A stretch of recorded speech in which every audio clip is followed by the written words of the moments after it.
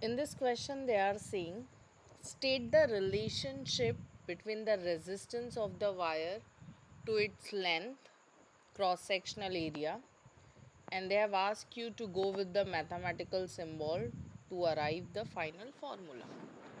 Now, as you know, they are talking about length, they are talking about cross sectional area, also they are talking about the resistance, right? So we know the formula, like resistance जो है ये किसके ऊपर depend करता है, ये depend करता है लेंथ के ऊपर, right? So we can say that कि रेजिस्टेंस जो है इट इज़ नथिंग बट ये डायरेक्टली प्रोपोर्शनल है to length of what wire. Okay, moving up with the next, what is the relation with respect to cross sectional area?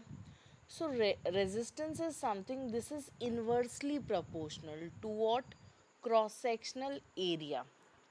Okay, so resistance is directly proportional to the length of wire, inversely proportional to the cross sectional area of the wire, or you can say conductor. अब आप इसको sum up करो तो left side जो है we have only resistance, but what about right side? Numerator में we have length and in denominator like हमारे पास क्या है? Cross sectional area. सो ये रिलेशन क्या है? अप्रॉक्सीमेटली इक्वल है.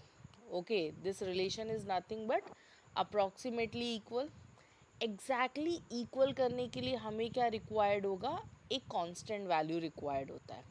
सो यहाँ पे ये जो कांस्टेंट वैल्यू है this is nothing but rho. Okay, yes, तो ये हमारा क्या है? फाइनल फॉर्मूला है.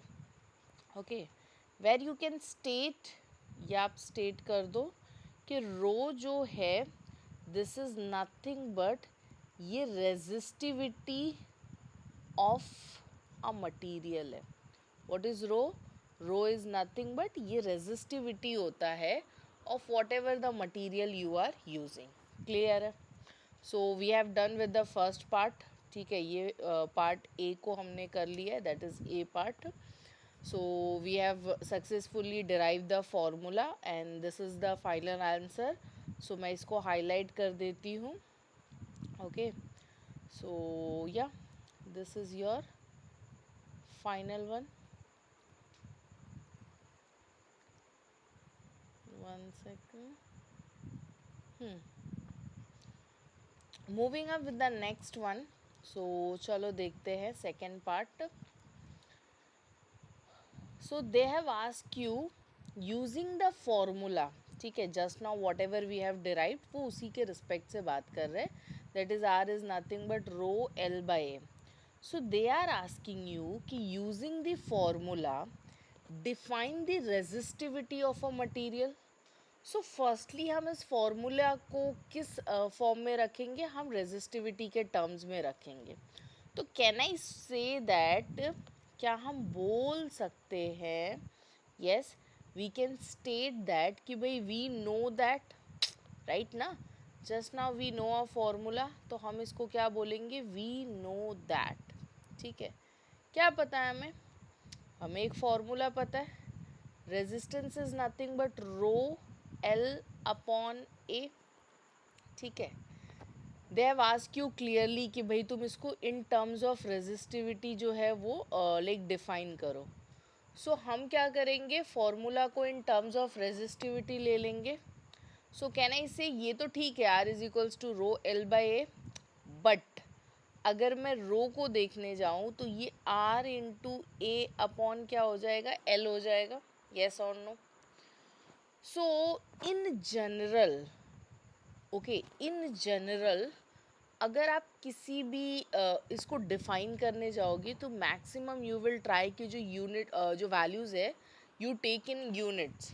ठीक है, सो हम कंसिडर करेंगे यहाँ पे like will consider the value.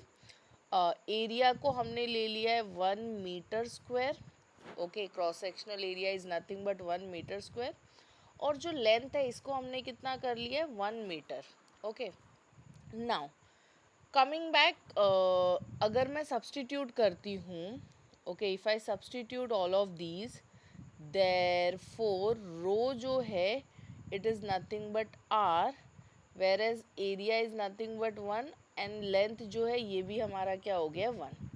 So finally we come up with the conclusion rho is something equals to r. So चलो like हम इसको define करते हैं as per our derivation. So हम बोल सकते हैं, yes we can state that thus okay resistivity जो है, you can state that resistivity, that means we are talking with respect to rho. So resistivity is the resistance. ठीक है, resistivity क्या है? This is nothing but it is a resistance offered. Okay, it's a resistance offered by a wire of length 1 meter having a cross sectional area